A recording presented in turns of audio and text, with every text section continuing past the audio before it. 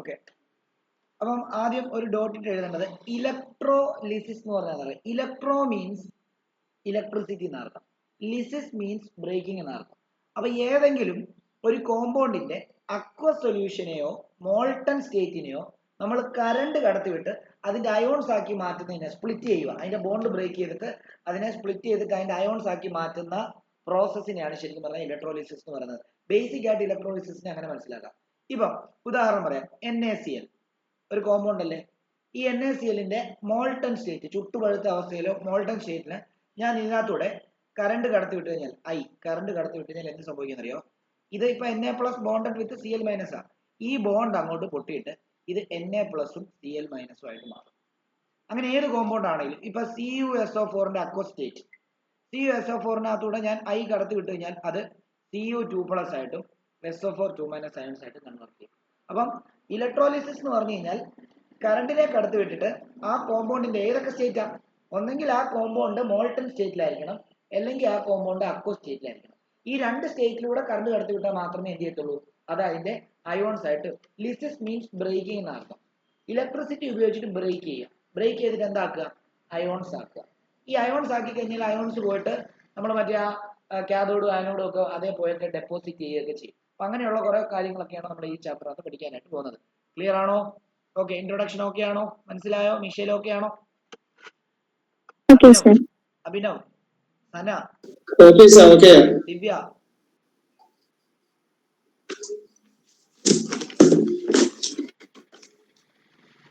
Okay, അപ്പം എഴുതുക.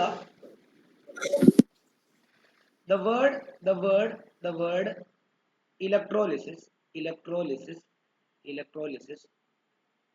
is made up of two words. ഇത് ഇൻട്രൊഡക്ഷൻ ആയിട്ട് വരുന്നേ ഉള്ളൂ, വലിയ ഇമ്പോർട്ടൻ്റ് ഒന്നുമില്ല. Words electro meaning flow of electrons or electricity, and lysis meaning splitting or breaking. Okay ആണോ? ഓക്കെ, അപ്പം സിമ്പിളി എന്തെന്ന് മനസ്സിലാക്കാം. ഇലക്ട്രോലിസിസ് എന്ന് പറഞ്ഞു കഴിഞ്ഞാൽ കറണ്ട് ഒരു കോമ്പൗണ്ടിന്റെ അക്വസ് സ്റ്റേറ്റിലുള്ള അവസ്ഥയിൽ കൂടോ അല്ലെങ്കിൽ മോൾട്ടൺ സ്റ്റേറ്റിലുള്ള അവസ്ഥയിൽ കൂടോ കറണ്ടിനെ കടത്തി വിട്ടു കഴിഞ്ഞാൽ ആ കോമ്പൗണ്ട് എന്തായിട്ട് മാറും, അതിന്റെ ബോണ്ട് ബ്രേക്ക് ചെയ്തിട്ട് അതെന്തായിട്ട് മാറും, അത് അതിന്റെ അയോൺസ് ആയിട്ട് മാറും. അതിനെയാണ് നമ്മൾ എന്തെന്ന് പറയുന്നത്, ഇലക്ട്രോലിസിസ് എന്ന് പറയുന്നത്. അതാണ് ബേസിക് ആയിട്ടാണ് മനസ്സിലാക്കേണ്ടത്. ഓക്കെ ആണല്ലോ? ഇനി എല്ലാ കോമ്പൗണ്ടിനകത്തൂടെയും ഇലക്ട്രിസിറ്റി കടന്നു പോകത്തില്ല. അതാ ഞാൻ പറഞ്ഞത്, അതിന്റെ അക്വസ് സ്റ്റേറ്റിലോ മോൾട്ടൺ സ്റ്റേറ്റിലോ ആയിരിക്കണം എന്നുള്ളത്. മനസ്സിലായോ? സോളിഡ് സ്റ്റേറ്റിലുള്ള കോമ്പൗണ്ടിനകത്തൂടെ ഒരിക്കലും എന്ത് ചെയ്യത്തില്ല, കറണ്ട് കടന്നു പോകത്തില്ല. ഓക്കെ ആണല്ലോ? ഓക്കെ, അപ്പം നമുക്ക് അങ്ങനെ ഒരു കാര്യം കൂടെ മനസ്സിലാക്കണം.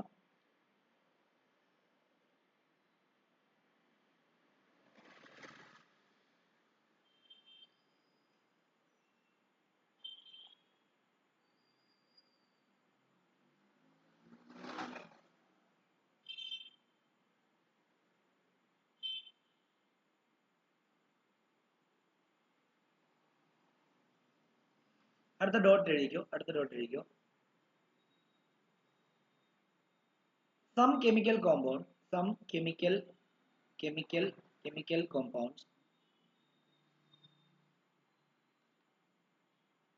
conduct electricity. Some chemical compound conduct electricity in aqueous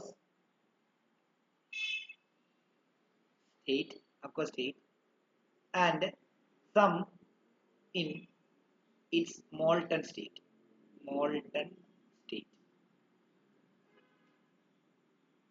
but not in solid state.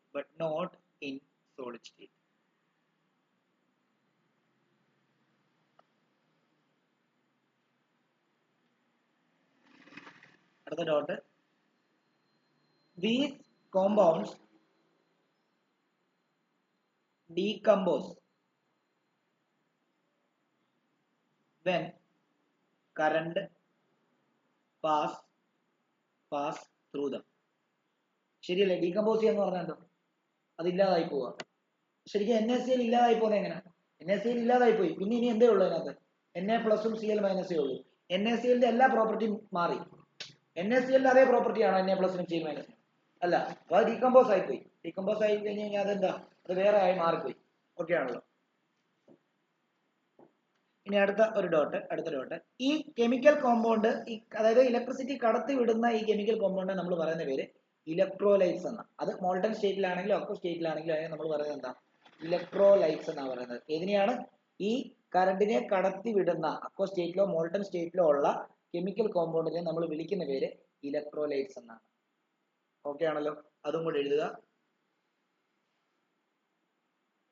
Chemical compounds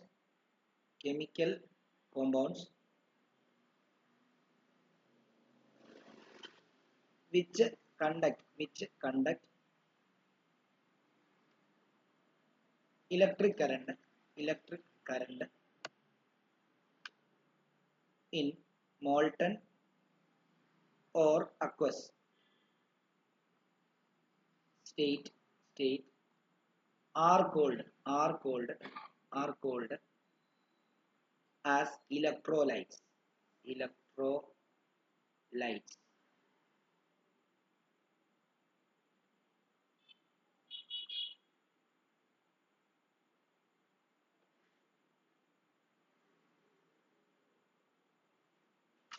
അപ്പൊ നമ്മൾ പറഞ്ഞത് അക്വ സ്റ്റേറ്റിലും മോൾട്ടൺ സ്റ്റേറ്റിലും ഉള്ള കെമിക്കൽ കോമ്പൗണ്ടുകളിനകത്തൂടെ കറണ്ട് കടത്തി വിടുകയും അത് അതിന്റെ ഡീകമ്പോസ് ചെയ്യുക, അത് അയോൺസ് ആയിട്ട് മാറുകയും ചെയ്യുന്ന പറഞ്ഞു. ഈ പ്രോസസ്സിനാണ് ഇലക്ട്രോലൈറ്റ്സ് എന്ന് പറയുന്നത്. അവരെ ഇലക്ട്രോലിസിസ് എന്ന് പറയുന്നത്. ആ കടത്തിവിടുന്ന ആൾക്കാരെ ഇലക്ട്രോലൈറ്റ് എന്ന് പറയും. ഓക്കെ. എന്നാൽ ചില കോമ്പൗണ്ടിൽ അത് അക്വ സ്റ്റേറ്റിലാണെങ്കിലും മോൾട്ടൺ സ്റ്റേറ്റിലാണെങ്കിലും അതുവഴി എന്ത് ചെയ്യത്തില്ല, അതിനെ കറണ്ട് കടത്തി വിടത്തില്ല. അങ്ങനെയുള്ള ആൾക്കാരെ നമ്മൾ നോൺ ഇലക്ട്രോലൈറ്റ് എന്ന് വിളിക്കും. ഉദാഹരണം ഷുഗർ സൊല്യൂഷനകത്തൂടെ ഇപ്പൊ ഞാൻ ഷുഗർ എടുക്കുന്നു, കുറച്ച് വെള്ളം എടുക്കുന്നു, നമ്മുടെ പ്ലഗിന്ന് എന്താണ് ന്യൂട്രൺ ഫേസും വെച്ചിട്ട് ഞാൻ 2 വയർ ആ ഷുഗർ സൊല്യൂഷനകത്ത് മുക്കി ഞാൻ വിരൽ മുക്കുവാണെങ്കിൽ എനിക്ക് ഷോക്ക് അടിക്കത്തില്ല. നേരെ മറിച്ച് ഉപ്പുവെള്ളമാണെങ്കിലോ, ഉപ്പുവെള്ളത്തിൽ ഞാൻ ഈ കറണ്ട് കടന്നു, ഉപ്പുവെള്ളത്തിനകത്തുള്ള കറണ്ട് കടന്നു പോകും. അത് ഇലക്ട്രോലൈറ്റാണ്. മനസ്സിലായോ? അപ്പൊ ഇത് ചില എന്താണ് കോമ്പൗണ്ട്, അതായത് അക്വസ് ഫോമിലാണെങ്കിലും മോൾട്ടൺ ഫോമിലാണെങ്കിലും എന്ത് ചെയ്യത്തില്ല, കറണ്ടിനെ കടത്തി വിടത്തില്ല. അങ്ങനെയുള്ള കോമ്പൗണ്ടുകളെ നോൺ ഇലക്ട്രോലൈറ്റ് എന്ന് വിളിക്കും. ഷുഗർ സൊല്യൂഷൻ അതിന്റെ ഒരു എക്സാമ്പിൾ ആണ്. ഓക്കെ ആണല്ലോ? അപ്പൊ അതാണ് നമ്മൾ അടുത്ത് എഴുതാൻ പോകുന്നത്. നോക്കിക്കോളൂ. Some compound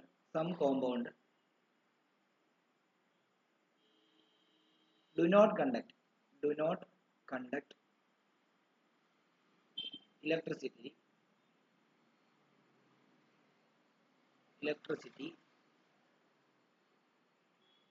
whether in solid state or in aqueous state.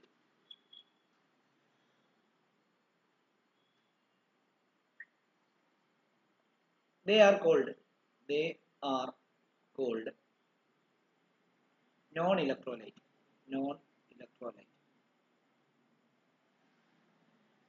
And example, sugar solution.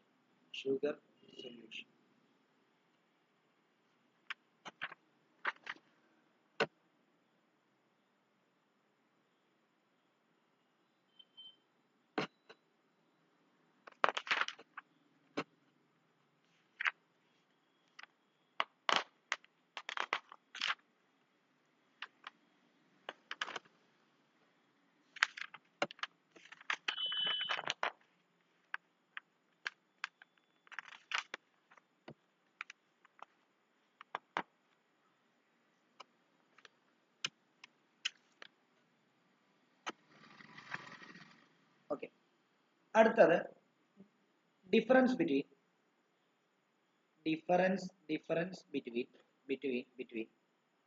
metallic conductor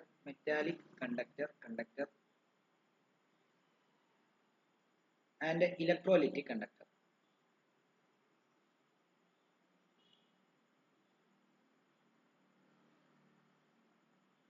metallic conductor എന്ന് പറയുമ്പോൾ ഏതെങ്കിലും മെറ്റലിൽ കൂടെ അയണോ അലൂമിനിയമോ കോപ്പറോ സിങ്കോ ഇതിലൂടെ ഒക്കെ കറണ്ട് കടന്നു പോകുന്നു, അതാണ് എക്സാമ്പിൾ. ഇലക്ട്രോലിറ്റിക് കണ്ടക്ടർ എന്ന് പറയുമ്പോൾ ഒരു കോമ്പൗണ്ടിനകത്തൂടെ അക്വ സ്റ്റേറ്റിലോ അല്ലെങ്കിൽ മോൾഡർ സ്റ്റേറ്റിലോ ഉള്ള കോമ്പൗണ്ടിനകത്തൂടെ കടത്തിവിടുന്ന കൺസെപ്റ്റാണ് ഉദ്ദേശിക്കുന്നത്. അതിന്റെ ഡിഫറൻസ് എന്താ, ഈ രണ്ട് കൺസെപ്റ്റിനകത്തൂടെയും കടത്തിവിടുന്നതിനുള്ള ഡിഫറൻസ് എന്താന്നുള്ളതാണ് ചോദിച്ചിരിക്കുന്നത്. അപ്പം ഇവിടെ ഇങ്ങനെ എഴുതാം, മെറ്റാലിക് കണ്ടക്ടറും ഇത് ഇലക്ട്രോലിറ്റിക്കുമാണ്. Electrolytic conductor. അപ്പം ഈ മെറ്റാലിക് ഇവിടെ ഒരു ഡോട്ട് ഇട്ടിട്ട് ഇവിടെ എഴുതാം. ഇവിടെ ഇലക്ട്രോൺസ് ആണ് ശരിക്കും പറഞ്ഞു കഴിഞ്ഞാൽ കറണ്ട് ഉണ്ടാക്കുന്നത്. ഇലക്ട്രോണിന്റെ ഫ്ലോ ആണ്. ഇലക്ട്രോലൈറ്റ്സിനകത്ത് അയോൺസ് ആണ്, അയോൺസിന്റെ ഫ്ലോ മൂലമാണ് കറണ്ട് ഉണ്ടാകുന്നത്. അപ്പൊ അത് ആദ്യം മനസ്സിലാക്കേണ്ടത് ഞാൻ പറയാമേ. അപ്പൊ എഴുതേണ്ടത് ഞാൻ നിങ്ങളുടെ ടെക്സ്റ്റിലെ ഓർഡറിലല്ല എഴുതുന്നത്, ഞാൻ എളുപ്പം പഠിക്കാൻ പറ്റുന്ന കുറച്ച് പോയിന്റ്സ് ആണ് എഴുതുന്നത്. അപ്പം ഇവിടെ കറണ്ട് ക്യാരിയിങ് പാർട്ടിക്കിൾ എന്ന് പറയുമ്പോൾ കറണ്ട് ക്യാരിയിങ് പാർട്ടിക്കിൾ എന്ന് പറയുന്നത് particles are electrons which are very small. എന്നാൽ ഇപ്പുറത്തെ ഇലക്ട്രോലൈറ്റിനകത്ത് കറണ്ട് ക്യാരിയിങ്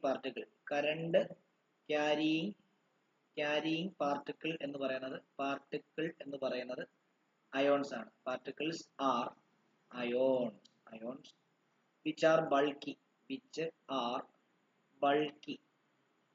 വലുതാണ് compared to electron.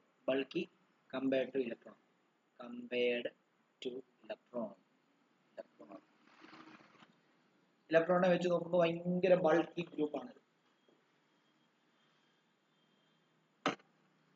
ഈ മെറ്റാലിക് കണ്ടക്ടറിനകത്തൂടെ കറണ്ട് കടത്തി വിടുമ്പോഴത്തേക്കും മെറ്റാലിക് കണ്ടക്ടർ ഡീകമ്പോസ് ചെയ്ത് ഉരുകിയല്ലോ പോകും. ഇപ്പൊ ഇരുമ്പിനകത്തൂടെ കറണ്ട് കടത്തി വിട്ടാലോ അല്ലെങ്കിൽ കോപ്പറിനകത്തൂടെ കറണ്ട് കടത്തി വിട്ടാലോ കോപ്പർ അങ്ങ് ഇല്ലാതായി ഡീകമ്പോസ് ചെയ്യും, ഇല്ല. പക്ഷേ ഈ ഇലക്ട്രോലിറ്റിക് കണ്ടക്ടറിനകത്തൂടെ കറണ്ട് കടത്തി വിട്ടാൽ എന്ത് സംഭവിക്കും, അത് ഡീകമ്പോസ് ചെയ്ത് അത് ഇല്ലാതാവും, അത് മാറും, അതിന്റെ ഫോം മാറും, മനസ്സിലായോ, വേറെ ഫോമിലോട്ട് മാറും. അപ്പൊ ഇവിടെ എഴുതേണ്ടത് നോ ചേഞ്ച് ഇൻ ഫോം.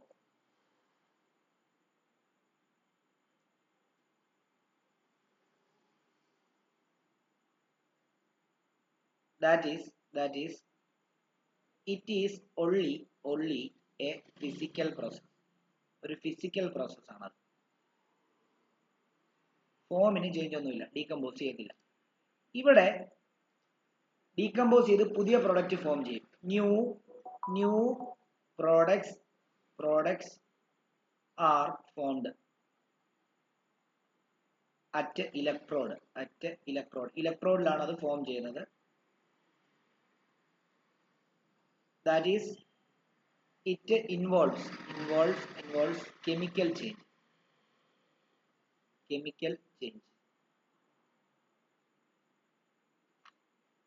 അടുത്ത dot metals both in solid and liquid state are good conductors of electricity. പക്ഷെ ഇലക്ട്രോലൈറ്റ് ഏതൊക്കെ സ്റ്റേറ്റിലാണ് കണ്ടക്ട് ചെയ്യുന്നത്, അക്വ സ്റ്റേറ്റിലും മോൾട്ടൺ സ്റ്റേറ്റിലും മാത്രമേ എന്ത് ചെയ്യത്തുള്ളൂ, കണ്ടക്ട് ചെയ്യത്തുള്ളൂ. അപ്പം ഇങ്ങനെ എഴുതാം, ഇലക്ട്രോലൈറ്റ്സ്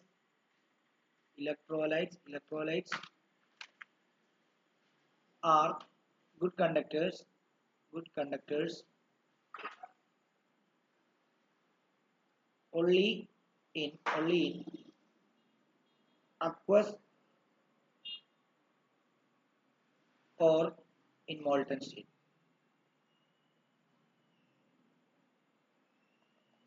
കഴിഞ്ഞ ആഴ്ച പഠിപ്പിച്ചു നോക്കിയടാ, വായിച്ചെവിടെ.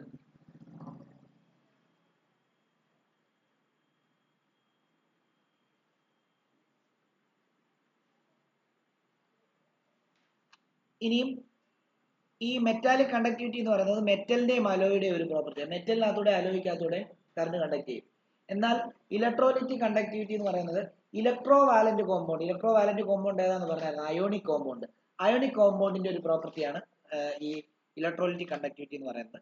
അപ്പം അതും കൂടെ ഒന്ന് എഴുതാം. metallic conductivity is the property of metals and alloy. പക്ഷേ electrolytic conductivity is the property of ionic compound.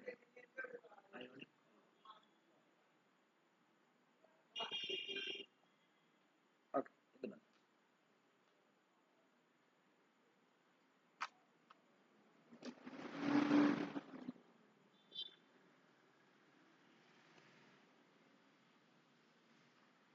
അടുത്തത് എക്സാമ്പിൾസ് ഓഫ് ഇലക്ട്രോലൈറ്റ്സ് എന്ന് ഒരു ഹെഡിങ് കൊടുത്തു. Examples of electrolytes.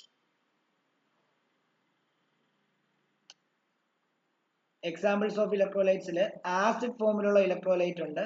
അത് H2SO4 ഒരു ഇലക്ട്രോലൈറ്റ് ആണ്.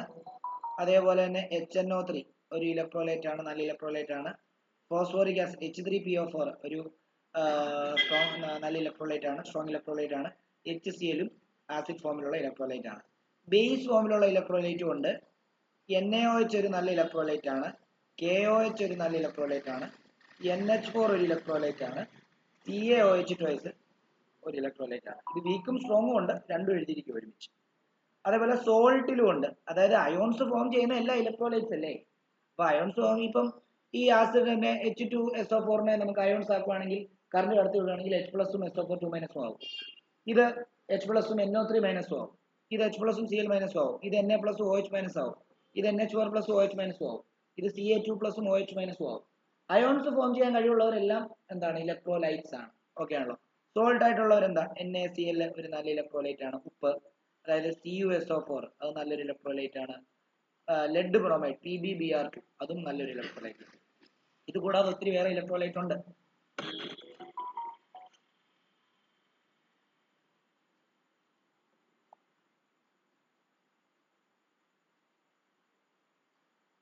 ഇനി ഇലക്ട്രോലൈറ്റിനെ നമുക്ക് രണ്ടായിട്ട് ഡിവൈഡ് ചെയ്യാം. സ്ട്രോങ് ഇലക്ട്രോലൈറ്റും വീക്ക് ഇലക്ട്രോലൈറ്റും ഉണ്ട്. Strong electrolyte, week electrolyte.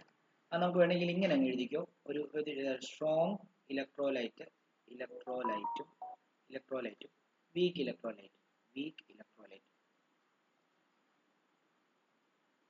ഈ സ്ട്രോങ് ഇലക്ട്രോലൈറ്റിന്റെ പ്രത്യേകത എന്താണെന്ന് അറിയാമോ? ലാർജ് എമൗണ്ട് ഓഫ് കറണ്ട് അതുവഴി കടത്തിവിടും. വീക്ക് ഇലക്ട്രോലൈറ്റ് എന്ന് പറയുമ്പോൾ വളരെ കുറച്ച് എമൗണ്ട് ഓഫ് ഇലക്ട്രിസിറ്റിയെ കടത്തിവിടത്തുള്ളൂ. ഓക്കെ ആണല്ലോ. അപ്പം ആദ്യം ഇത് എഴുതാം. ദേ കംപ്ലീറ്റ്ലി dissociate in ഫ്യൂസ്ഡ് എന്ന് പറയുമ്പോൾ മോൾട്ടൺ സ്റ്റേറ്റ് ആണ്. In molten or aqueous state. അതിനർത്ഥം എന്താണെന്നറിയോ? ഉദാഹരണം പറയാണ്, ഇവിടെ ശ്രദ്ധിച്ചോ. 100 HCl മോളിക്കൂൾ എടുക്കുവാണെങ്കിൽ അതിനകത്തൂടെ കറണ്ട് കടത്തി വിടുവാണെങ്കിൽ, ഇലക്ട്രോലിസിസ് ചെയ്യുവാണെങ്കിൽ അത് 100 H+ അയോൺസ് ആയിട്ടും 100 Cl- അയോൺസ് ആയിട്ടും കൺവേർട്ട് ചെയ്യും. അതിനർത്ഥം ഇവിടെ എന്താ, ഇവിടെയുള്ള കംപ്ലീറ്റ് മോളിക്കൂൾ എന്തായിട്ട് മാറി, അയോൺസ് ആയിട്ട് മാറി. അപ്പൊ നല്ല രീതിയിൽ കണ്ടക്ട്. ഓക്കെ. നേരെ മറിച്ച് വീക്ക് ഇലക്ട്രോലൈറ്റ് എന്ന് പറയുമ്പോൾ ദേ പാർഷ്യലി dissociate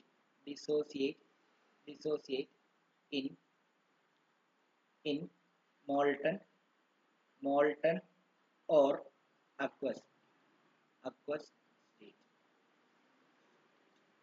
അതായത് അത് പാർഷ്യലി ഡിസോൾവ് ചെയ്തില്ല. അതിനർത്ഥം നമുക്കൊരു വീക്ക് ഇലക്ട്രോലൈറ്റ് എടുക്കാം.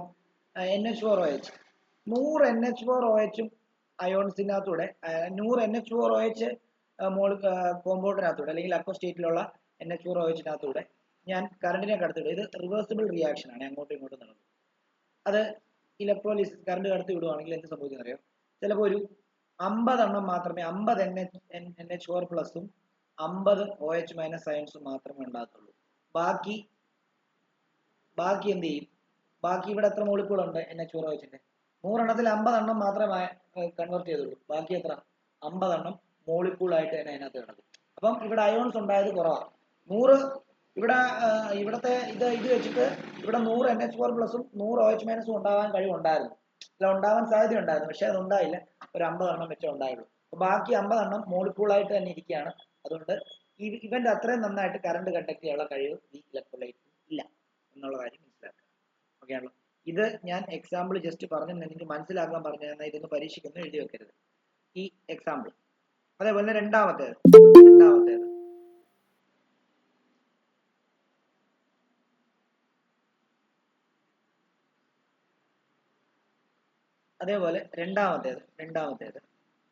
they are good conductors of electricity. They are good conductors of electricity. അതേപോലെ they are poor conductors of electricity. They are poor conductors of electricity.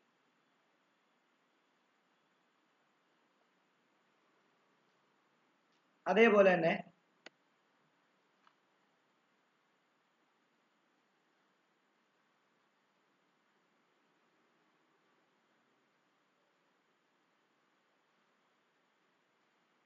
their solution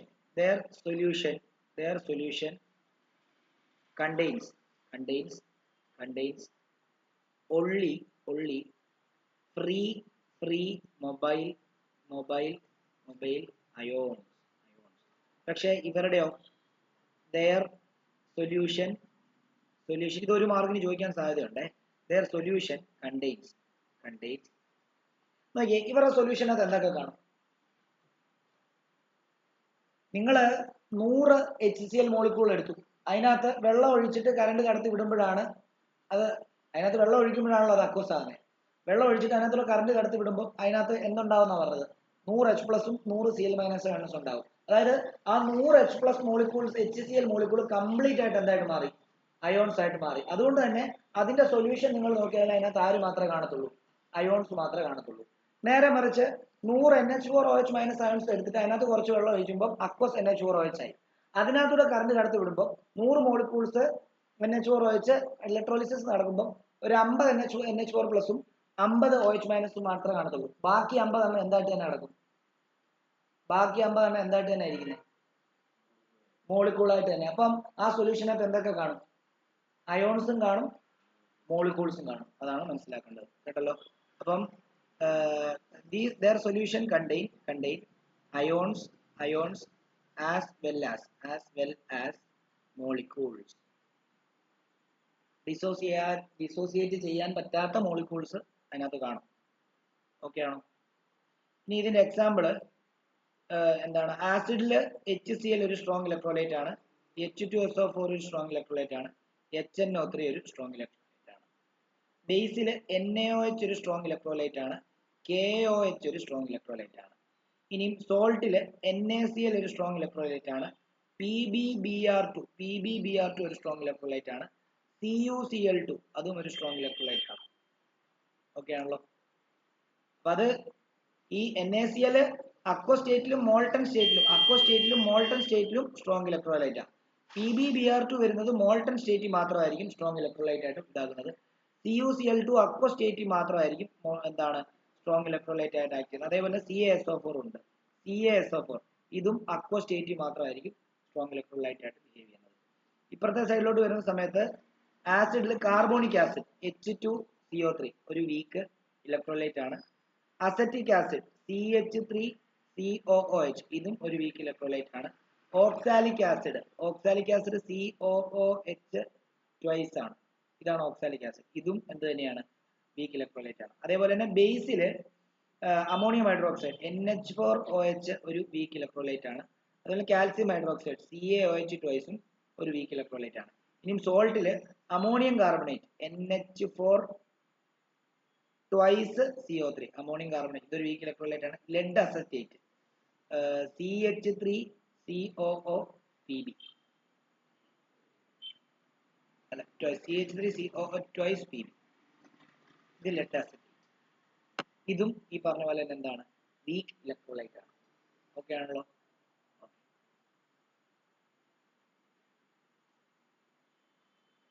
ഇനിയും ഈ electrolysis നടത്തുന്ന ചേംബറിന്റെ പേര് എന്താണെന്ന് അറിയാമോ? ഇലക്ട്രോലിറ്റിക് സെൽ അഥവാ voltmeter എന്നാണ്. അപ്പൊ അതൊരു ഹെഡിങ് എഴുതുക. ഇലക്ട്രോലിറ്റിക് സെല്ല് അഥവാ വോൾട്ടമീറ്റർ എന്നാണ്. വോൾട്ടമീറ്റർ.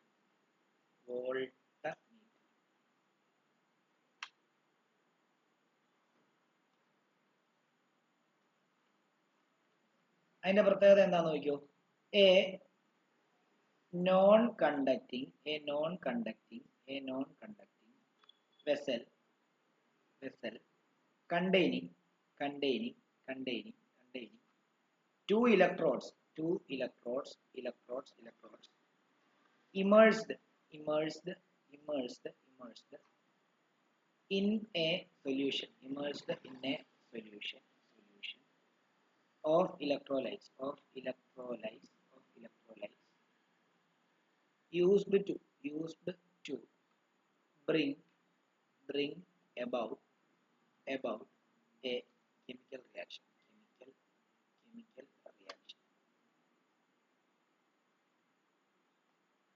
അതായത് ഇപ്പൊ നമ്മൾ ഒരു സൊല്യൂഷനകത്തൂടെ എങ്ങനെ കറണ്ട് കടത്തിവിടും? ഒരു സൊല്യൂഷനകത്തൂടെ നമ്മൾ എങ്ങനെ കറണ്ട് കടത്തിവിടും?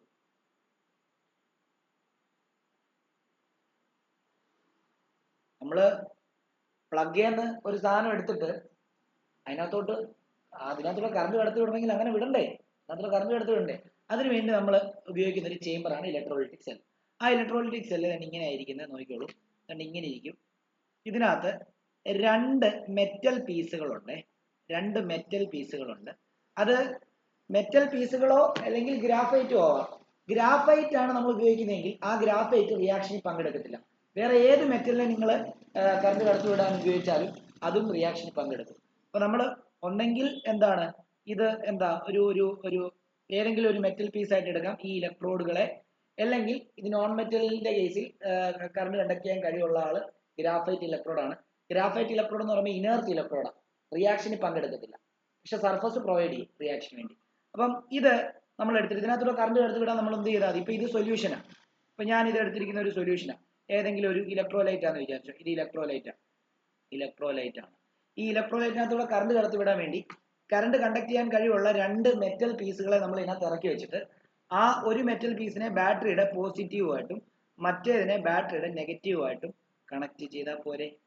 അപ്പൊ ഇത് പോസിറ്റീവ് ഇത് നെഗറ്റീവ് ആണെങ്കിൽ ബാറ്ററിയുടെ പോസിറ്റീവിൽ നിന്ന് നെഗറ്റീവിൽ ഇങ്ങനെ വന്ന് ഈ ഡയറക്ഷൻ ഇങ്ങനെ വന്ന് ഇങ്ങനെ കറണ്ട് കണ്ടക്ട് ചെയ്യും. ഓക്കെ, ആ കറണ്ട് കണ്ടക്ട് ചെയ്യുമ്പോൾ നോക്കി ഈ സൊല്യൂഷനകത്തൂടാണ് ആ കറണ്ട് കടന്നു പോകുന്നത്. മനസ്സിലായോ? അപ്പോഴാണ് അവിടെ ബ്രേക്കിംഗ് ഉണ്ടാകുന്നത്. മനസ്സിലായോ? അപ്പം ഈ ഒരു ചേംബറിനെയാണ് നമ്മൾ ഇലക്ട്രോലൈറ്റിക് ചേംബർ അല്ലെങ്കിൽ ഇലക്ട്രോലൈറ്റിക് സെൽ അല്ലെങ്കിൽ വോൾട്ടമീറ്റർ എന്ന് പറയുന്നത്. ഓക്കെ, ഇതിൽ ബാറ്ററിയുടെ പോസിറ്റീവായിട്ട് കണക്ട് ചെയ്ത ഈ മെറ്റൽ പീസിനെ നമ്മൾ ആനോഡ് എന്ന് വിളിക്കുന്നു. അതിനെപ്പോഴും പോസിറ്റീവ് ചാർജ് ആയിരിക്കും. ബാറ്ററിയുടെ പോസിറ്റീവ് ചാർജ് ആയതുകൊണ്ട് ഇതിനും പോസിറ്റീവ് ചാർജ്. ബാറ്ററിയുടെ നെഗറ്റീവായിട്ട് കണക്ട് ചെയ്ത ഈ മെറ്റൽ പീസിനെ നമ്മൾ വിളിക്കുന്ന പേര്, മെറ്റൽ പീസോ ഗ്രാഫൈറ്റോ ആവും. ഗ്രാഫൈറ്റ് മെറ്റൽ അല്ല, ഗ്രാഫൈറ്റ് നോൺ മെറ്റൽ ആണ്, കാർബൺ അലോട്രോപ്പാ. ഓക്കെ, അപ്പം ഇതിനെ നമ്മൾ കാഥോഡ് എന്ന് വിളിക്കും. കാഥോഡിന് നെഗറ്റീവ് ചാർജ് ആണ്, അപ്പൊ കാഥോഡ് എന്ന് വിളിക്കും. ഓക്കെ ആണല്ലോ? ക്ലിയർ ആണല്ലോ? അപ്പൊ ഈ കംപ്ലീറ്റ് ആയിട്ടുള്ള ഒരു ഇതിനെയാണ് നമ്മൾ എന്തെന്ന് പറയുന്നത്. ഇത് നമുക്ക് ഇങ്ങനെ വെക്കാൻ പറ്റുന്നുണ്ട്. ഇതിനെ നമ്മളൊരു ഇവിടെ ഒരു കോർക്ക് ഒക്കെ വെച്ചിട്ട് ആ കോർക്കിൽ ഹോൾ ഇട്ടിട്ട് അങ്ങനെ വെക്കും. നിങ്ങളുടെ ടെക്സ്റ്റിനകത്തെ പടം അങ്ങനെ വരച്ചിരിക്കുന്നത് കേട്ടോ. നമ്മളിവിടെ ഒരു കോർക്ക് പോലെ വെക്കും. ആ കോർക്കിനകത്തൂടെ ആയിരിക്കും നമ്മൾ എന്ത് ചെയ്യുന്നത്, ഇതിനെ കടത്തി വിടുന്നത്. കാരണം ഹോൾഡ് ചെയ്യാൻ വേണ്ടി. മെറ്റൽ പീസ് ചുമ്മാ ഇങ്ങനെ ഇടാൻ പറ്റത്തില്ല, ഇങ്ങനെ തൂക്കി വെച്ചിരിക്കുക. അപ്പൊ അതേ ടൈറ്റ് ചെയ്ത് വേണം വെക്കാൻ. ഇങ്ങനെ നിങ്ങൾ ടെക്സ്റ്റിനകത്ത് വരച്ചിരിക്കുക. പക്ഷെ പടം ഒന്നും വരയ്ക്കുമ്പോൾ നമ്മൾ അതൊന്നും വരയ്ക്കത്തില്ല, ജസ്റ്റ് ഇങ്ങനെ മുക്കി വെച്ചിരിക്കുന്നത് കാണിക്കത്തേ ഉള്ളൂ. ഓക്കെ ആണല്ലോ?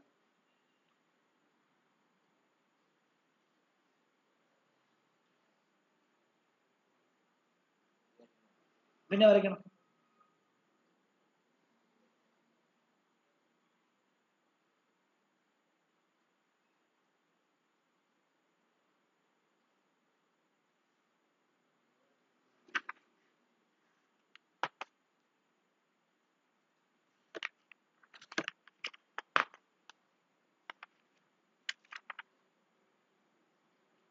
ഓക്കെ, ഈ ഇലക്ട്രോലൈറ്റിക് സെല്ലിന്റെ ഒരു DC സോഴ്സ്, DC എന്ന് പറയുമ്പോൾ നമ്മളിപ്പോൾ ബാറ്ററി കൊടുത്തില്ലേ, ബാറ്ററി ഒരു DC സോഴ്സാണ്.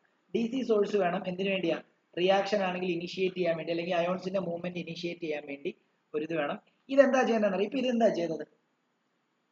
ഇത് എന്ത് എനർജി ആക്കി മാറ്റുക ചെയ്തത്? നോക്കിയേ, ഇവിടെ നമ്മൾ കറണ്ട് കൊടുത്തു. കറണ്ട് കൊടുക്കുമ്പോൾ ഉള്ള എനർജി എന്താ? ഇലക്ട്രിക്കൽ എനർജിയാണ്. ആ ഇലക്ട്രിക്കൽ എനർജി ഇതുവഴി കടത്തി വിട്ടപ്പോൾ എന്താ സംഭവിച്ചത്? ഈ ഇലക്ട്രോലൈറ്റിനകത്തോടെ കടത്തി വിട്ടപ്പോൾ എന്താ സംഭവിച്ചത്? അത് സ്പ്ലിറ്റ് ചെയ്ത് അയോൺസ് ആയിട്ട് മാറി. അപ്പം അയോൺസ് സ്പ്ലിറ്റ് അല്ലെങ്കിൽ കോമ്പൗണ്ട് സ്പ്ലിറ്റ് ആവുന്നത് എന്ത് റിയാക്ഷനാണ്? കെമിക്കൽ റിയാക്ഷനാണ്. അപ്പൊ അവിടെ ഉണ്ടാകുന്ന എനർജി കെമിക്കൽ എനർജിയാണ്. അപ്പൊ ഇലക്ട്രിക്കൽ എനർജി എന്ത് എനർജി ആക്കി മാറ്റുക ഇവിടെ ചെയ്യുന്നത്? കെമിക്കൽ എനർജി ആക്കി മാറ്റുക ചെയ്യുന്നത്. അതും പ്രത്യേകം ഓർത്തോണം. അപ്പം it converts electrical energy to chemical energy to chemical energy.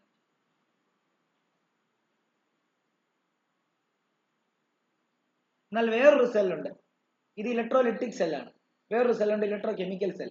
അതിന്റെ പ്രത്യേകത എന്താണെന്ന് അറിയോ? ഇത് ഇലക്ട്രിക്കൽ എനർജി കെമിക്കൽ എനർജി ആക്കി മാറ്റിയെങ്കിൽ electrochemical cell chemical energy electrical energy ആക്കി മാറ്റുക ചെയ്യുന്നത്. മനസ്സിലായോ? അതായത് നമ്മുടെ ടോർച്ചിനും അല്ലെങ്കിൽ നമ്മുടെ റിമോട്ടിനും ഒക്കെ ഇടുന്ന ബാറ്ററി എന്താ? അതിനകത്തൊരു കെമിക്കൽ റിയാക്ഷൻ നടക്കുന്നുണ്ട്. ആ റിയാക്ഷൻ ഉപയോഗിച്ച് നമുക്ക് ഇലക്ട്രിസിറ്റി തരിക. എന്തിനു വേണ്ടിയാണ് ബാറ്ററി നമ്മൾ യൂസ് ചെയ്യുന്നത്? എന്തിനു വേണ്ടിയാണ് ബാറ്ററി സെല്ല് നമ്മൾ യൂസ് ചെയ്യുന്നത്? എന്തിനാ? എന്തെങ്കിലുമൊക്കെ ഡിവൈസ് വർക്ക് ചെയ്യാൻ വേണ്ടി, അതിന് കറണ്ട് കിട്ടാൻ വേണ്ടി, അല്ലേ? ശരിയല്ലേ? അപ്പൊ അവിടെ കെമിക്കൽ എനർജി ഉപയോഗിച്ചിട്ടാണ് കറണ്ട് ഉണ്ടാകുന്നത്. അത് അങ്ങനെ ഉണ്ടാകുന്ന സെല്ലിനെ നമ്മൾ എന്തെന്ന് പറയും? ഇലക്ട്രോ കെമിക്കൽ സെൽ എന്ന് പറയും. അപ്പൊ അടുത്ത ഹെഡിങ് അതും കൂടെ എഴുതിയേക്കണം. Electrochemical cell. തെറ്റിപ്പോലെ തിരിഞ്ഞു പോലെ electrochemical cell. Electrochemical cell എന്താ ചെയ്യുന്നത്? It is a device which converts chemical energy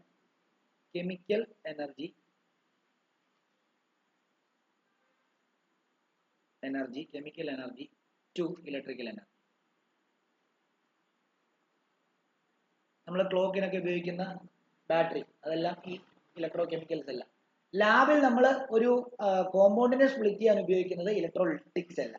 okay ആണല്ലോ? ആ ഇലക്ട്രോളിറ്റിക് സെല്ലിനകത്തോട്ട് ആ കോമ്പൗണ്ടിന്റെ അക്വ സൊല്യൂഷനോ മോൾട്ടൺ സൊല്യൂഷനോ ചേർത്തിട്ട് രണ്ട് ആനോഡ് ഗ്യാഥോഡ് മുക്കി വെച്ചിട്ട് ആനോഡ് ഗ്യാഥോഡിലോട്ട് ബാറ്ററി കൊടുത്തിട്ട് സ്വിച്ച് ഓൺ ആക്കി കഴിഞ്ഞാൽ അതുവഴി കറണ്ട് കടന്നു പോകുമ്പോൾ ആ കോമ്പൗണ്ട് എന്തായിട്ട് മാറും? അയോൺസ് ആയിട്ട് സ്പ്ലിറ്റ് ചെയ്യും. അത് ഇലക്ട്രിക്കൽ എനർജി ഉപയോഗിച്ചിട്ട് കെമിക്കൽ എനർജി ഉണ്ടാക്കുന്നു. നമ്മുടെ ക്ലോക്കിനിടുന്ന ബാറ്ററിക്കകത്തൊക്കെ എന്താ? കെമിക്കൽ എനർജി അതിനകത്ത് നടക്കുന്നതിന്റെ ഭാഗമായിട്ട് ഇലക്ട്രിക്കൽ എനർജി ഉണ്ടാവുക ചെയ്യുന്നത്. അത് ഇലക്ട്രോ കെമിക്കൽ സെല്ലാണ്. അപ്പൊ അതിന്റെ എക്സാമ്പിൾ വോളറ്റൈക് സെല്ല്, വോൾട്ടൈക് സെല്ല്. അതേപോലെ ഡാനിയൽ സെല്ല്.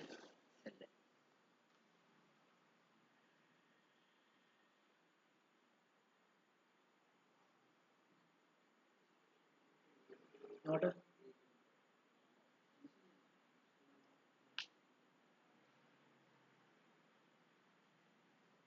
അടുത്ത ഹെഡിങ് ഇലക്ട്രോഡ്. നമ്മള് ഈ ഇലക്ട്രോലിറ്റിക് സൊല്യൂഷനകത്ത് മുക്കി വെക്കുന്ന രണ്ട് മെറ്റൽ റോഡുകളില്ലേ? മെറ്റൽ പീസോ അല്ലെ ഗ്രാഫൈറ്റോ അല്ലെ? അതിനെ നമ്മൾ വിളിക്കുന്ന പേര് ഇലക്ട്രോഡ് എന്നാണ്. ശരിയല്ലേ? നമ്മൾ ആ മുക്കി വെക്കുന്ന സാധനത്തെ കണ്ടിത് ഈ രണ്ടാൾക്കാരെ നമ്മൾ വിളിക്കുന്ന പേര് എന്തെന്നാ? ഇലക്ട്രോഡുകൾ എന്നാണ് കേട്ടോ. അപ്പൊ ആ ഇലക്ട്രോഡ് എഴുതാൻ two metal plates or wires or graphite rod. Metal പ്ലേറ്റോ ഗ്രാഫൈറ്റ് റോഡോ ആവാം. Graphite rod or gas carbon rod immersed. അതായത് ഒന്നെങ്കിൽ മെറ്റൽ പ്ലേറ്റ് ആവാം, അല്ലെ വയർ ആകാം, അല്ലെ ഗ്രാഫൈറ്റ് റോഡ്. ഗ്രാഫൈറ്റ് വരുമ്പോഴത്തേക്കും നോൺ മെറ്റലാണ്. കാർബണും നോൺ മെറ്റലാണ്. അപ്പം gas carbon rod immersed in electrolyte through which current enters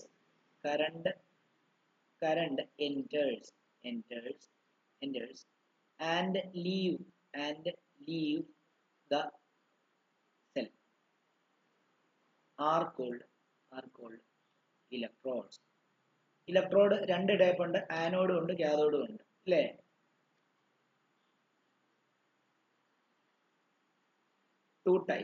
to ടൈപ്സിൽ ഒരു ഡോട്ട് ഇട്ടിട്ട് ആനോഡ് എന്ന് എഴുതുക. ആനോഡ് എന്താന്നാ പറഞ്ഞത്? ബാറ്ററിയുടെ പോസിറ്റീവായിട്ട് കണക്ട് ചെയ്യുന്ന ഇലക്ട്രോഡിനെയാണ് ആനോഡ് എന്ന് പറയുന്നത്. അപ്പം the electrode connected to the positive terminal of battery.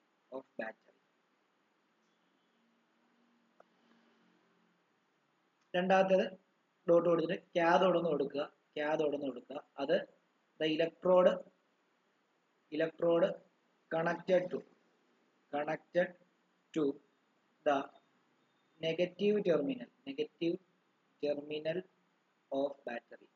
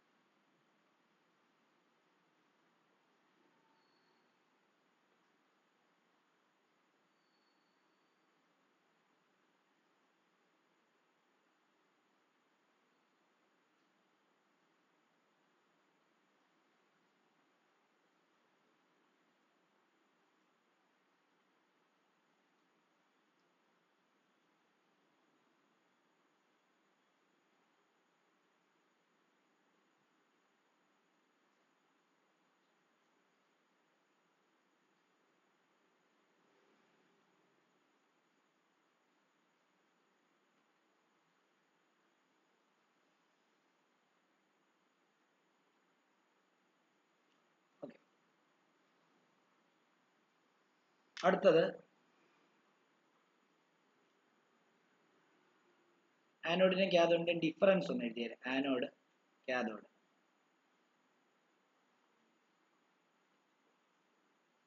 അത് ഓൾറെഡി ഒരു ഡിഫറൻസ് അതിന്റെ ഡെഫിനിഷൻ തന്നെ എഴുതിയാൽ മതി. രണ്ടാമത്തേത്, ഈ ഇലക്ട്രോലൈറ്റിനകത്ത് ഞാൻ ഇവിടെ ഒരു കാര്യം ശ്രദ്ധിക്കണം, എല്ലാവരും ശ്രദ്ധിക്കണേ, ഇവിടെ ശ്രദ്ധിച്ചോ. NaCl-നകത്തൂടെ ഞാൻ ഇലക്ട്രിസിറ്റി കടത്തി വിട്ട് ഇതെന്തായിട്ട് മാറും? Na+ ആയിട്ടും Cl- ആയിട്ടും മാറും. പോസിറ്റീവ് ആയിട്ടുള്ള ഇതിനെ അയോൺസ് എന്നല്ലേ പറയാം. പോസിറ്റീവ് ആയിട്ടുള്ള ഈ അയോണിനെ നമ്മൾ കാറ്റയോൺ എന്നാണ് പറയുന്നത്. നെഗറ്റീവ് ആയിട്ടുള്ള അയോണിനെ നമ്മൾ ആനയോൺ എന്നായിരിക്കും പറയുന്നത്. എന്താണ്? പോസിറ്റീവ് ആയിട്ടുള്ള അയോണിനെ കാറ്റയോൺ എന്നും നെഗറ്റീവിനെ ആനയോൺ എന്നും പറയാം. അതെങ്ങനെ ഓർത്തിരിക്കാന്ന് അറിയാമോ? കാറ്റയോണിന്റെ T പോസിറ്റീവ് ആക്കിയാൽ മതി. കണ്ടോ? T cation. ആനിയോണിന്റെ ആദ്യത്തെ N കണ്ടോ? അതങ്ങ് ക്യാപിറ്റൽ N, ആനിയോൺ. കണ്ടോ? N negative. ആനിയോൺ നെഗറ്റീവ് ആയിട്ടുള്ള ചാർജ് പാർട്ടിക്കിളും കാറ്റയോൺ പോസിറ്റീവ് ആയിട്ടുള്ള ചാർജ് പാർട്ടിക്കിളും. അപ്പൊ ഒന്ന് ആലോചിച്ച് നോക്കി, നമ്മൾ ഒരു സൊല്യൂഷനകത്ത് ആനോഡ് വെച്ചു, ആനോഡ് പോസിറ്റീവ് ആണ്, കാഥോഡ് വെച്ചു, അത് നെഗറ്റീവ് ആണല്ലോ. ഇതിനകത്ത് എന്തൊക്കെ ഉണ്ടായി? ഇതിനകത്തും ഒരു പോസിറ്റീവ് ആയിട്ടുള്ള അയോൺ ഉണ്ടായി, നെഗറ്റീവ് ആയിട്ടുള്ള അയോൺ ഉണ്ടായി. ഈ പോസിറ്റീവ് ആയിട്ടുള്ള അയോൺ എങ്ങോട്ടേക്കായിരിക്കും പോകുന്നത്? പോസിറ്റീവ് എപ്പോഴും എങ്ങോട്ടായിരിക്കും പോകുന്നത്? നെഗറ്റീവിലോട്ടായിരിക്കും പോകുന്നത്. അപ്പൊ ഇതിനകത്തെ കാറ്റയോൺ എപ്പോഴും, കാറ്റയോണും ഉണ്ട് ആനയോണും ഉണ്ട്. ഇതിനകത്തെ കാറ്റയോൺ എപ്പോഴും കാഥോഡിലോട്ടായിരിക്കും പോകുന്നത്. ആനിയോണ് നെഗറ്റീവ് ചാർജ് ആയതുകൊണ്ട് ആനിയോൺ എപ്പോഴും കണ്ടോ ആനോഡിലോട്ടായിരിക്കും പോയി പറ്റിപ്പിടിക്കുക. ഇത് എപ്പോഴും ആലോചിച്ചു കേട്ടോ. അപ്പം ആനോഡ് എന്ന് പറയുന്നത് ഇലക്ട്രോഡാണ്, അതിന് പോസിറ്റീവ് ചാർജ്. കാഥോഡ് എന്ന് പറയുന്നത് ഇലക്ട്രോഡാണ്, അതിന് നെഗറ്റീവ് ചാർജ്. ഈ ഇലക്ട്രോഡിനകത്തൂടെ ബാറ്ററി ഉപയോഗിച്ചിട്ട് ഇലക്ട്രോലൈറ്റിനകത്തോട്ട് കറണ്ട് കടത്തി വിടുമ്പോൾ ഈ ഇലക്ട്രോലൈറ്റ് അയോൺസ് ആയിട്ട് മാറുന്നു. പോസിറ്റീവ് അയോൺ കാറ്റയോണും നെഗറ്റീവ് അയോൺ ആനിയോണും. ആനോഡിന് പോസിറ്റീവ് ചാർജ് ആയതുകൊണ്ട് ഈ ഇലക്ട്രോലൈറ്റിനകത്ത് ഇപ്പോൾ ഉള്ള നെഗറ്റീവ് അയോൺസ് ആയിട്ടുള്ള ആനയോൺ നേരെ ആനോഡിലോട്ടായിരിക്കും പോകുന്നത്. അതേപോലെ തന്നെ ഇലക്ട്രോലൈറ്റിനകത്തുള്ള പോസിറ്റീവ് ആയിട്ടുള്ള കാറ്റയോൺ നേരെ എവിടോട്ട് പോകും? നെഗറ്റീവ് ആയിട്ടുള്ള കാഥോഡിലേക്ക് പോയി പറ്റിപ്പിടിക്കും, പോയി ഡെപ്പോസിറ്റ് ചെയ്യുക എന്നുള്ളതാണ്. ഓക്കെ ആണല്ലോ? അത് എപ്പോഴും ആലോചിക്കണം, തെറ്റിപ്പോവരുത്. കൺസെപ്റ്റ് ഓർക്കണം, തെറ്റിപ്പോവരുത്. അപ്പം ഇവിടെ നമുക്ക് ഇങ്ങനെ എഴുതാം, അതായത് ആനയോൺ മൈഗ്രേറ്റ് ടു ആനോഡ്. അതേപോലെ തന്നെ ഇവിടെ cation migrate to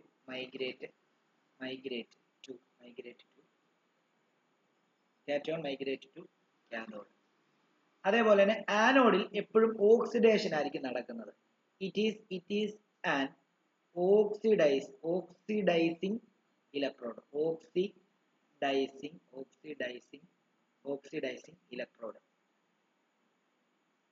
That is oxidation takes place. Oxidation takes place. എന്താ ഈ ഓക്സിഡേഷൻ?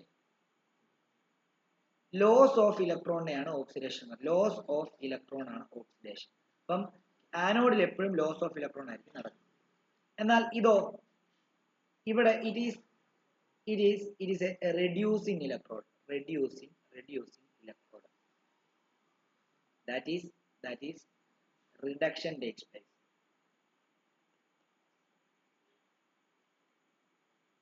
Reduction takes place എന്ന് പറയാൻ അർത്ഥം എന്തുവാ? റിഡക്ഷൻ എന്ന് പറയുമ്പോൾ ഗെയിൻ ഓഫ് ഇലക്ട്രോൺ. കാഥോഡ് ഇലക്ട്രോണിനെ ഗെയിൻ ചെയ്യും. Gain of electron.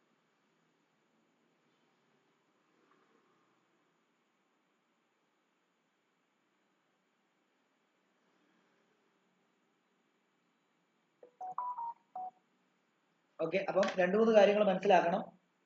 ആനോഡിലും കാഥോഡും metal piezo അല്ലെങ്കിൽ ഗ്രാഫൈറ്റോ എന്തെങ്കിലും ആവാം. അത് നമുക്ക് ആരെയാണോ ഏത് സൊല്യൂഷനകത്തൂടാണോ കറണ്ടിനെ കടത്തിവിടുന്നത് അതിനകത്തോട്ട് ഇത് മുക്കി വെക്കും. എന്നിട്ട് ബാറ്ററിയുടെ സഹായത്തോടു കൂടി സ്വിച്ച് ഓൺ ആക്കുന്ന സമയത്ത് ആനോഡിൽ നിന്ന് എന്ത് ചെയ്യുന്നു, കാഥോഡിലേക്ക് കറണ്ട് ഒഴുകും ത്രൂ ഇലക്ട്രോലൈറ്റ്. ആ ഒഴുകുന്ന വഴിക്ക് എന്ത് സംഭവിക്കും? ആ സൊല്യൂഷനകത്തുള്ള അതിനെ അയോൺസ് ആയിട്ട് മാറും.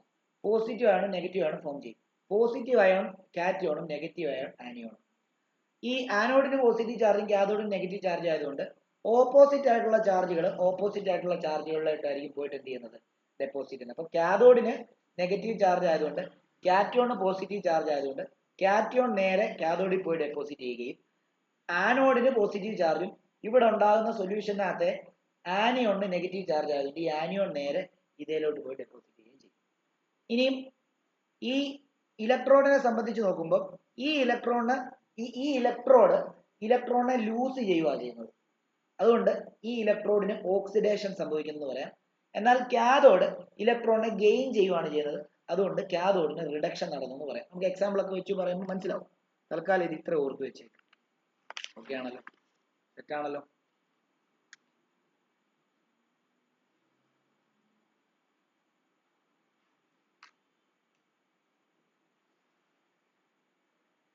ഓക്കെ, അടുത്തത് അയോൺസ് എന്നൊരു ഹെഡിങ് കൊടുക്കുക. Ions.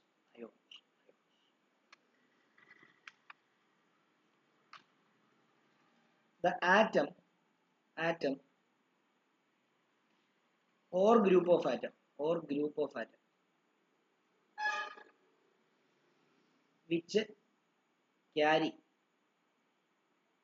a positive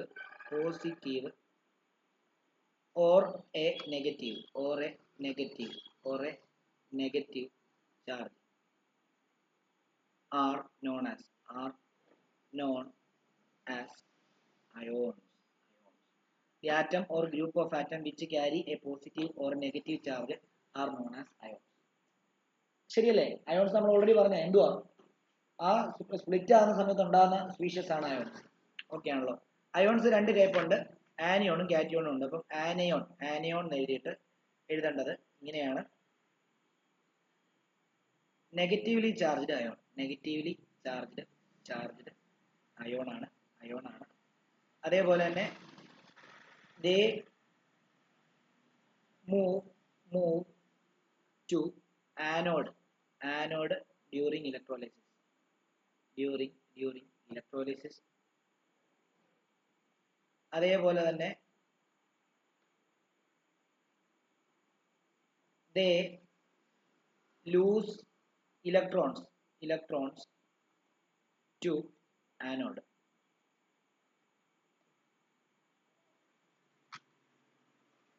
And become a neutral atom. ഇനി കാറ്റയോൺ എഴുതുക. കാറ്റയോൺ പോസിറ്റീവ്ലി ചാർജ്ഡ് അയോൺ ആണ്. ചാർജ്ഡ് അയോൺ ആണ്. They move to cathode during electrolysis. അതേപോലെ തന്നെ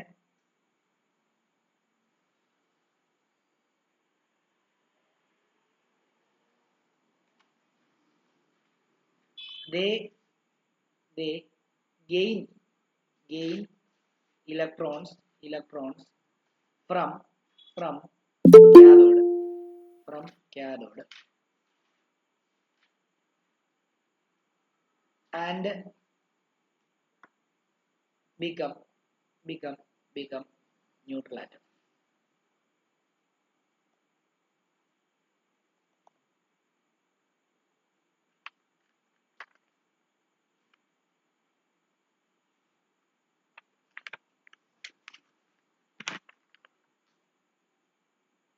അടുത്ത ഹെഡിങ് എഴുതാം, ഓക്സിഡേഷൻ. എന്താണ് ഓക്സിഡേഷൻ? ഓക്സിഡേഷൻ എന്ന് പറയുമ്പോൾ സിമ്പിൾ ആയിട്ട് പറയുകയാണെങ്കിൽ ഒരു ആറ്റമോ അല്ലെങ്കിൽ അയോണോ ഇലക്ട്രോണിനെ ലൂസ് ചെയ്യുന്നതിനെയാണ് എന്തെന്ന് പറയുന്നത്? ഓക്സിഡേഷൻ എന്ന് പറയുന്നത്. ഒരു ആറ്റം ആണെങ്കിലും ഒരു അയോൺ ആണെങ്കിലും ഇലക്ട്രോണിനെ ലൂസ് ചെയ്യുന്നതിനാണ് ഓക്സിഡേഷൻ എന്ന് പറയുന്നത്. അപ്പം അതൊരു ഡോട്ട് എഴുതാം.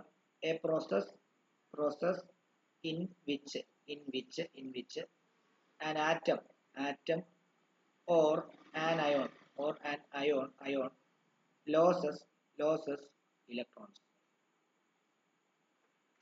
അത് മാത്രമല്ല, വേണമെങ്കിൽ അതിനെ വേറെ രീതിയിലും പറയാം, അഡീഷൻ ഓഫ് ഓക്സിജൻ എന്നും പറയാം.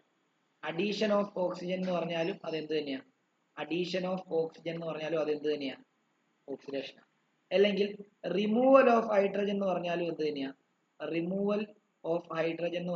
തന്നെയാണ്? അത് ഓക്സിഡേഷനാണ്. ഓക്കെ ആണല്ലോ. അപ്പം ഇവിടെ നമുക്ക് മനസ്സിലാക്കേണ്ട ഒരു കാര്യം എന്താണെന്ന് അറിയാമോ? ലോസ് ഓഫ് ഇലക്ട്രോൺ നോക്കിയോ. സിങ്ക് 2 ഇലക്ട്രോണിനെ ലൂസ് ചെയ്ത് കഴിഞ്ഞാൽ -2 ഇലക്ട്രോൺ എന്തായിട്ട് മാറും? സിങ്ക് 2 ഇലക്ട്രോൺ ലൂസ് ചെയ്ത് എന്തായിട്ട് മാറും? Zn2+ ആയിട്ട് മാറും. ഓക്കെ. കോപ്പർ 2 ഇലക്ട്രോണിനെ ലൂസ് ചെയ്താൽ എന്തായിട്ട് മാറും? Cu2+ ആയിട്ട് മാറും. ആണല്ലോ. ഇനി ഇത് ന്യൂട്രൽ ആറ്റമാ. ഇനി അയോൺസ് ലൂസ് ചെയ്യാം. Fe2+ 2 ഇലക്ട്രോണിനെ ലൂസ് ചെയ്താൽ എന്തായിട്ട് മാറും? അല്ല, 1 ഇലക്ട്രോണിനെ ലൂസ് ചെയ്താൽ എന്തായിട്ട് മാറും?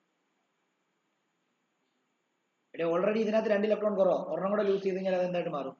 Fe3+ ആയിട്ട് മാറും. മനസ്സിലായോ? നമ്മൾ പറഞ്ഞു A process in which atom എന്ന് പറയുമ്പോൾ ഇത് രണ്ടെണ്ണം, ഓർ അയോൺ എന്ന് പറയുമ്പോൾ ഇത്. ആറ്റമോ അയോണോ ഇലക്ട്രോണിനെ ലൂസ് ചെയ്യുന്നതിനാണ് നമ്മൾ എന്തെന്ന് പറയുന്നത്? ഓക്സിഡേഷൻ എന്ന് പറയുന്നത്. ഇനി അത് മാത്രമല്ല, ഓക്സിജനെ ഒരു റിയാക്ഷനകത്ത് ഏതെങ്കിലും ഒരു കോമ്പൗണ്ട് അല്ലെങ്കിൽ ഏതൊരു എലമെന്റ് ഓക്സിജനെ ആഡ് ചെയ്താൽ അത് ഓക്സിഡേഷനാണ്. നോക്കിയോ, C+O2 ചെയ്താൽ നമുക്ക് എന്താ കിട്ടുന്നത്? CO2 ആയിട്ട്. കേട്ടോ, കാർബണിനകത്തോട്ട് ഓക്സിജൻ ആഡ് ചെയ്തു, ഇത് ഓക്സിഡേഷനാണ്. Mg+O2 എന്താ കിട്ടുന്നത് നമുക്ക്? Mg+O2 എന്താ കിട്ടുന്നത്?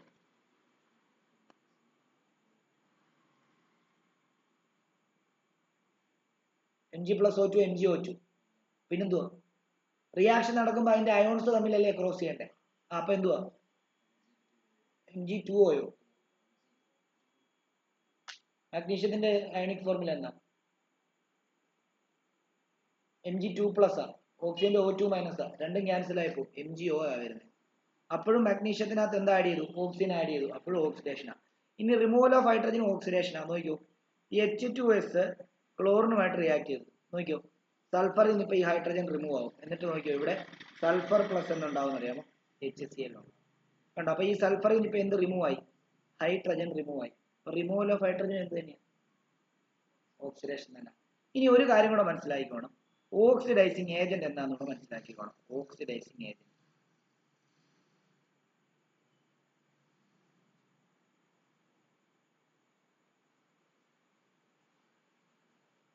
മറ്റുള്ള ആളിനെ ഓക്സിഡൈസ് ചെയ്യുന്ന സബ്സ്റ്റൻസിനെയാണ് ഓക്സിഡൈസിങ് ഏജന്റ് എന്ന് പറയുന്നത്. അപ്പം സിമ്പിൾ ആയിട്ട് പറഞ്ഞുതരാം. ഇത് ആദ്യം എഴുതിക്കോ, വ്യത്യാസം ഞാൻ പറഞ്ഞുതരാം. And oxidising agent is one that oxidizes other substance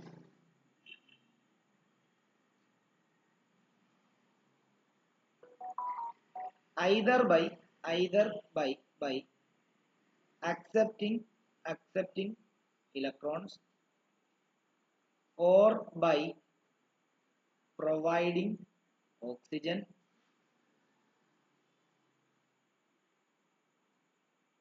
or by removing hydrogen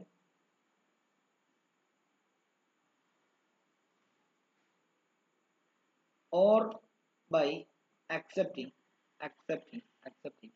electronegative ion negative ion. ഇത് ഡെഫിനിഷൻ കാണാതെ പഠിക്കുക. അതെങ്ങനെയാ ഓർത്ത് വെക്കേണ്ടതെന്നുള്ള കാര്യം ഞാൻ പറഞ്ഞുതരാം. ആർക്കാണോ നല്ല രീതിയിൽ ഓക്സിഡേഷൻ നടത്താൻ കഴിവ് അവൻ നല്ല റെഡ്യൂസിങ് ഏജന്റും, ആർക്കാണോ നല്ല രീതിയിൽ റിഡക്ഷൻ നടക്കുന്നത് അവൻ നല്ല ഓക്സിഡൈസിങ് ഏജന്റും ആവും. തിരിച്ചു പഠിക്കണം. ഓക്സിഡേഷൻ നടക്കുന്നവനാരോ അവൻ റെഡ്യൂസിങ് ഏജന്റും, റിഡക്ഷൻ നടക്കുന്നവനാരോ അവൻ ഓക്സിഡൈസിങ് ഏജന്റും ആയിരിക്കും. ഓക്കെ, ഡെഫിനിഷൻ കാണാപ്പാടം പഠിച്ചത് എഴുതി വെക്കുക എന്നുള്ളൂ. ഡെഫിനിഷൻ വെച്ചിട്ട് പഠിക്കാൻ പോയാൽ കൺഫ്യൂഷൻ ഉണ്ടാവും.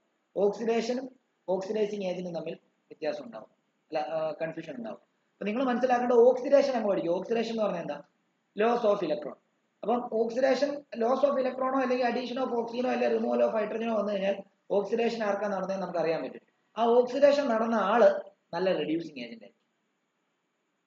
അതേപോലെ റിഡക്ഷൻ നടന്ന ആള് നല്ല ഓക്സിഡൈസിങ് ഏജന്റ് ആയിരിക്കും. ഓക്കെ ആണല്ലോ, അങ്ങനെ പഠിക്കുക. അപ്പം നമുക്ക് ആ റിഡക്ഷനും കൂടെ ഒന്ന് പറഞ്ഞു തരാം.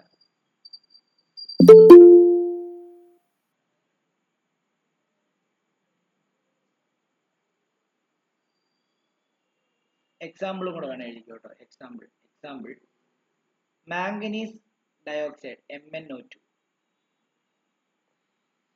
ലെഡ് Pb, അതേപോലെ ലെഡ് ഡയോക്സൈഡ് PbO2, അതേപോലെ ഹൈഡ്രജൻ പെറോക്സൈഡ് H2O2, അതേപോലെ concentrated nitric acid concentrated HNO3, അതേപോലെ തന്നെ സൾഫ്യൂരിക് ആസിഡ് H2SO4, അതേപോലെ ബ്രോമിൻ, അതേപോലെ തന്നെ ഓക്സിജൻ, അതേപോലെ തന്നെ ഓസോൺ O3, അതേപോലെ തന്നെ ക്ലോറിൻ Cl2, അതേപോലെ തന്നെ സൾഫർ ഡയോക്സൈഡ്. ഇവരെല്ലാം ഗേഷ്യസ് ആയിട്ടുള്ള ഓക്സിഡൈസിങ് ഏജന്റും, ഇത്രയും പേര് ലിക്വിഡ് ആയിട്ടുള്ള ഓക്സിഡൈസിങ് ഏജന്റും, ഇത്രയും പേര് സോളിഡ് ആയിട്ടുള്ള ഓക്സിഡൈസിങ് ഏജന്റും. ഓക്കെ, ഇവിടെ നിർത്താം. നമുക്ക് റെഡ്യൂസിങ് ഏജന്റും അതിനെ പറ്റിയൊക്കെ നമുക്ക് അടുത്ത ക്ലാസ്സിൽ പഠിക്കാം.